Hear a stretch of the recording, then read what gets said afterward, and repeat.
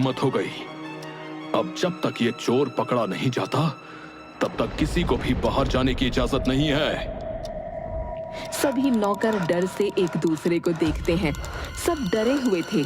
तब नीलम आगे बढ़कर बोलती है, साहब, मुझे कहने में बहुत दुख हो रहा है, लेकिन ये चोरी करने वाला शायद रजनी ही है। मैंने उसे आपके कमरे की तरफ जाते देखा था। नहीं, मैं कभी ऐसा नहीं कर सकती। मैं गरीब हूँ पर चोर नहीं। तो फिर अपना थैला दिखाओ। जमींदार खुद उसके थैले की तलाशी लेता है और उसमें से सारा चोरी का सामान मिल जाता है। ये देख रजनी का चेहरा सफेद पड़ जाता है। वो चौंक कर बोलती है, ये मैंने नहीं रखा जमींदार साहब, मुझे फंसाया गया है। तुम्हें शर्म आनी चाहिए रजनी। देवता जैसे जमींदार साहब जिन्होंने तुम्हें काम दिया, उन्हीं से गद्दारी। तुम्हें ये सोचकर छोड़ रहा हूँ कि तुम एक लड़की हो, नहीं तो ऐसी सजा देता कि तुम्हारी 10 पुश्तें भी याद रखती, समझी? अब यहाँ से चली जाओ।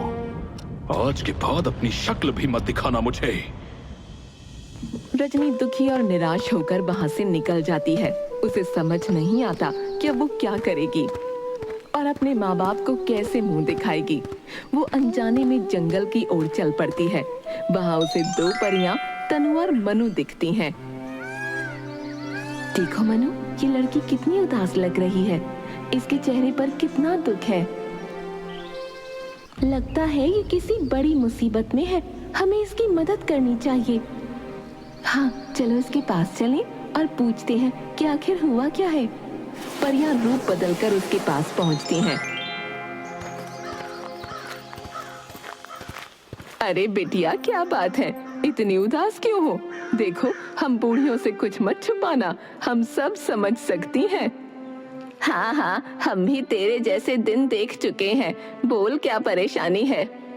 माँ जी, मेरे साथ बड़ा अन्याय हुआ है। मैंने किसी का कुछ नहीं बिगाड़ा, फिर भी मुझ पर चोरी का इल्जाम लगाकर मुझे घर से निकाल दिया गया। मुझे कुछ समझ नहीं आ रहा कि मैं क्या करूं। अरे बेचारी, तेरी ये हालत सुनकर तो दिल ही फटने को हो आया। बताओ, कैसे लोग हैं जो मासूम पर ऐसा इल्जाम लगाते हैं। हाँ बिटिया, तुझे किसी से डरने की जरूरत नहीं। हम हैं तेरे साथ, बस हिम्मत बनाए रख। तभी झाड़ियों में सरसराहट होती है और एक खूंखार भेड़िया सामने आकर गुर्राने लगता है। उसे देखकर वो तीनों घबरा जाती हैं। आप लोग पीछे रहिएगा, मैं इसे भगा दूंगी। रजनी लकड़ी से उस भेड़िए को भगाने लगती है। भेड़िया गुर्राते हुए थोड़ा पीछे हटता है, फिर भाग जाता है। अरे वाह बिटिया, तेरी ये बहादुरी देखकर तो दिल बाग बाग हो गया। तू तो सच्ची शेरनी निकली। तनु अपनी झोली से एक चमकता हुआ पत्थर निकालकर रजनी को देती है। माँ जी, ये पत्थर क्यों दे रही हैं आप मुझे? भला इस पत्थर से क्या होगा? अरे इसे रख ले, ये पत्थर तेरा हर गम दूर करेगा। तुझे पता भी नहीं चलेगा, बस इसे अपने पास रखना। ठीक है माँ जी, आप कह रही हैं तो रख लेती हूँ। माँ, पिताजी, मेरे साथ बहुत बड़ा